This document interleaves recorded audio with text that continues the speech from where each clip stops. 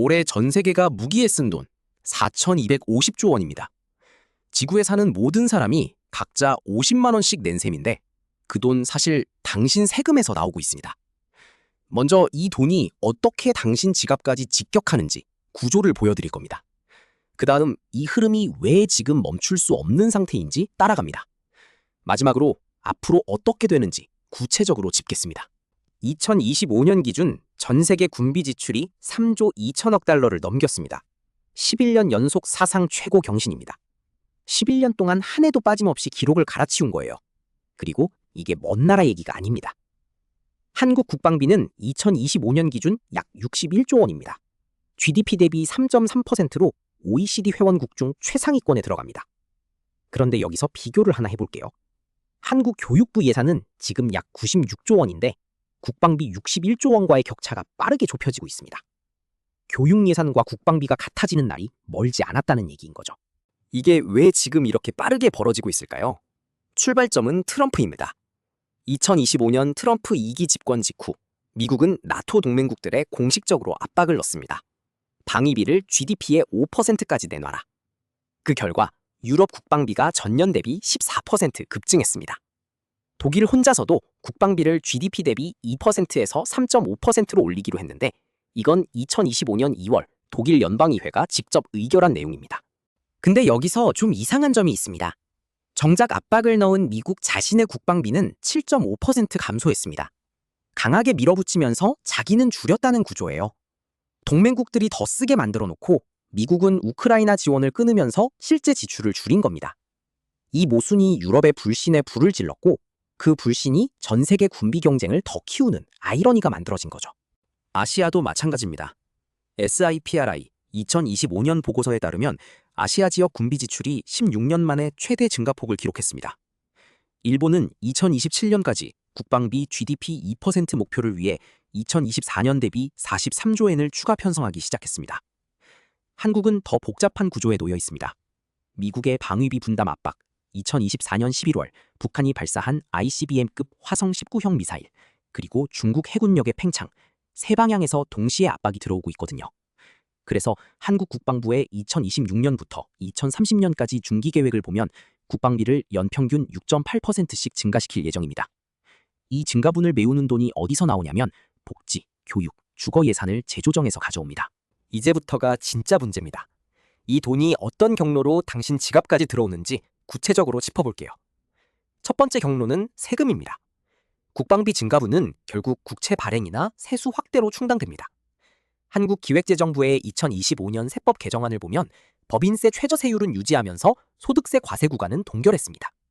무슨 뜻이냐면 명목임금이 올라가도 세금 부담이 함께 늘어나는 구조가 고착된다는 겁니다. 월급이 오른 것 같아도 실제로 손에 쥐는 돈은 제자리이거나 오히려 줄어드는 거예요.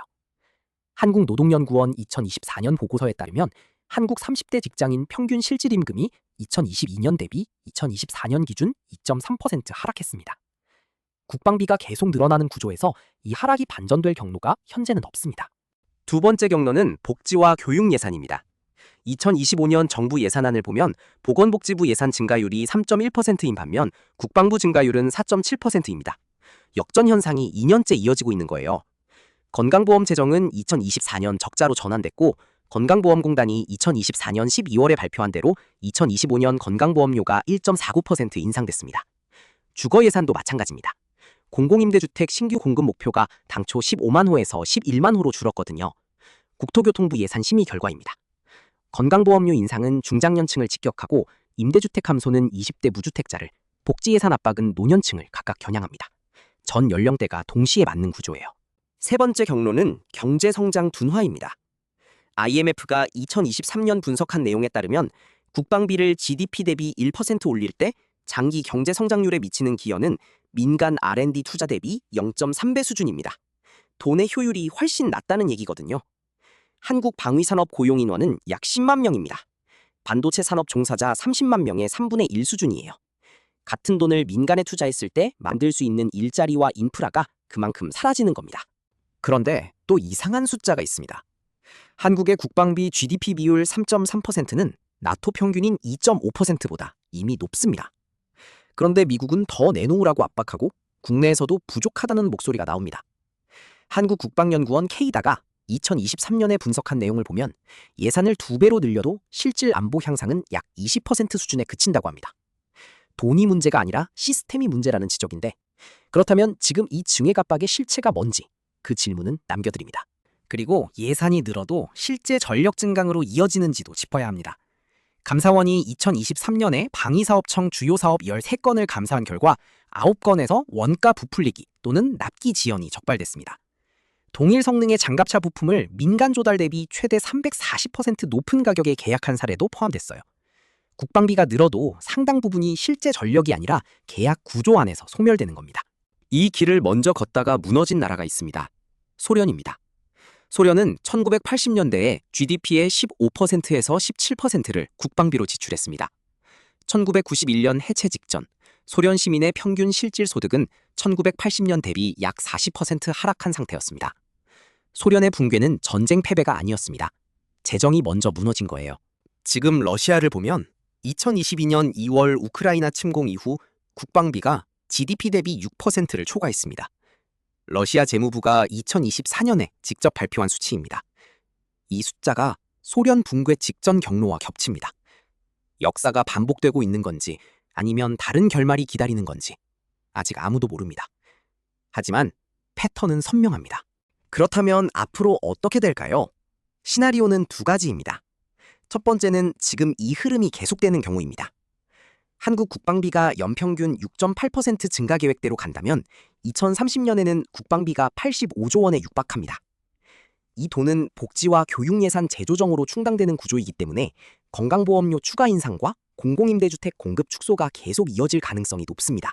두 번째 시나리오는 어느 시점에서 국제 외교 상황이 변화하는 경우입니다. 트럼프 행정부의 압박 기조가 바뀌거나 북한과의 긴장이 완화되는 국면이 오면 증액 속도가 조정될 수 있습니다. 하지만 이미 편성된 중기 계획은 관성이 강합니다.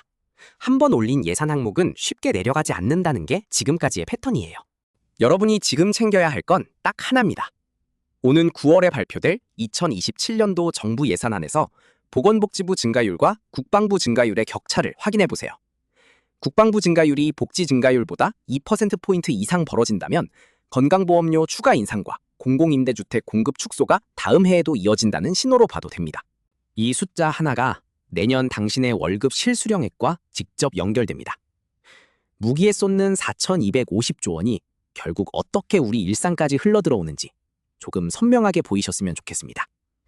오늘 내용이 유익하셨다면 구독과 좋아요 한 번씩 눌러주세요. 복실이가 다음 이야기도 알차게 준비하겠습니다.